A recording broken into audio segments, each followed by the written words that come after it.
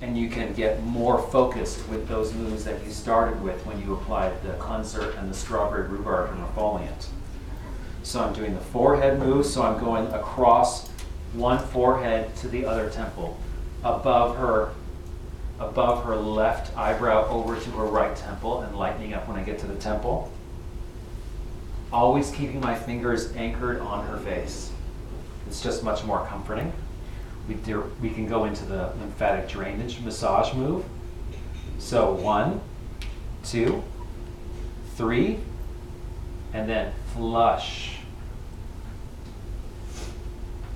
And then come back. 1, 2, 3, and then flush. I like to work in repeating numbers. It's a subconscious way to let your client know what's coming next, keeping a continuity throughout your facial, like a dance. So she was concerned about fine lines and deeper lines in her skin, basically the aging of her skin. And where does that usually happen the most visibly? Around the eyes, exactly. So I can see that she's got some deeper crow's feet around her eyes. So I want to help to release that tension so I can do a nice eye massage on her. You guys see me okay here? So I'm placing my thumbs right over the crow's feet, and I'm moving up with one thumb and in with the other.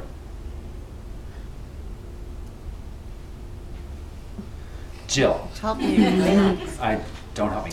There you go. So up, keep your head still right there for me. There we go. Up and in, up and in, up and in. Circle all the way around with just the tips of the thumbs. And do it again. Up and in, up and in, up and in. Circle all the way around. And then take that thumb and just go underneath the lashes to flush out that pocket of lymph underneath her eye. So that main lymphatic channel under her ear, down her neck, and to that main lymphatic drainage point right above her armpit.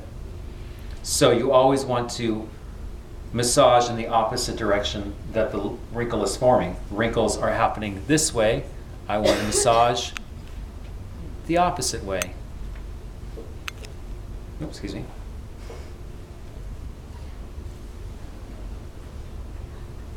Now, I'm just standing over here for the sake of television. But if you want to get real focused on it, you can, again, stand over your client. And the only way you can do that is if you are not seated. So the eyebrows are also an issue because they start to droop as we age.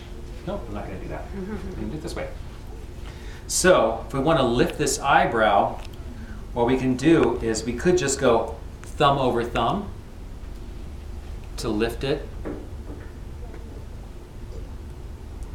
But if I move in the opposite direction, we'll get a better lift. And you guys see that okay? So I'm moving down with one thumb and going up right over the eyebrow. So basically I'm creating traction in that muscle group and fascia on the face.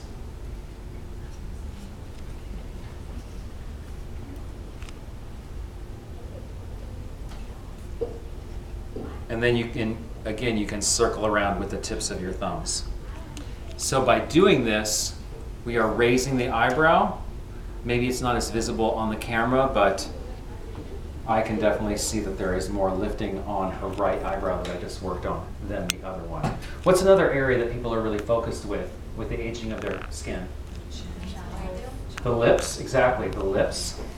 So I'm not adding more product to get this massage slip I need. I'm just re-moistening my hands. So just remember, dip for slip.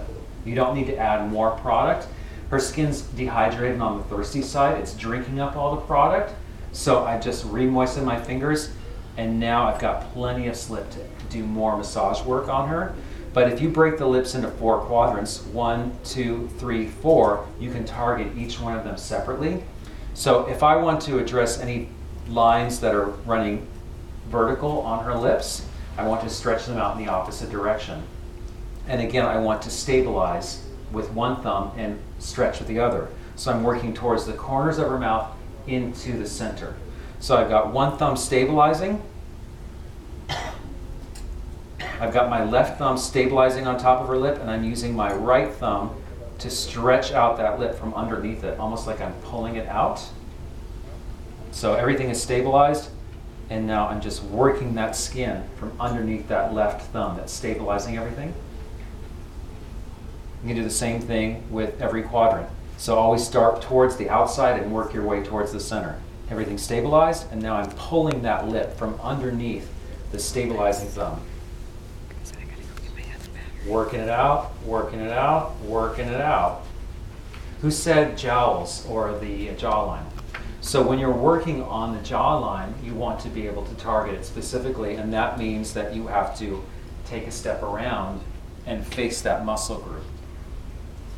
So if we want to work on that area, again, very thirsty skin. I don't need more product, I just need more moisture. So I'm going to work on this area right here by massaging with purpose. Gravity is pulling this area down. I want to massage in the opposite direction and move everything up to where it used to be. So thumb over thumb. And you can see I'm putting some pressure in there. I'm actually feeling the muscle groups here. So I'm not only releasing the muscle, I'm releasing fascia and stimulating more circulation. So thumb over thumb, working my way up towards the earlobe, and then tucking that muscle group behind the ear and coming back down. So it's like a dance. And I'm right on top of the edge of the bone here. I'm not into her cheek, and I'm not down in her neck. I'm specifically targeting the area that most people are concerned about, which is the loss of definition in this jawline right here. Thumb over thumb, and then tuck behind the ear, and back down for the dance.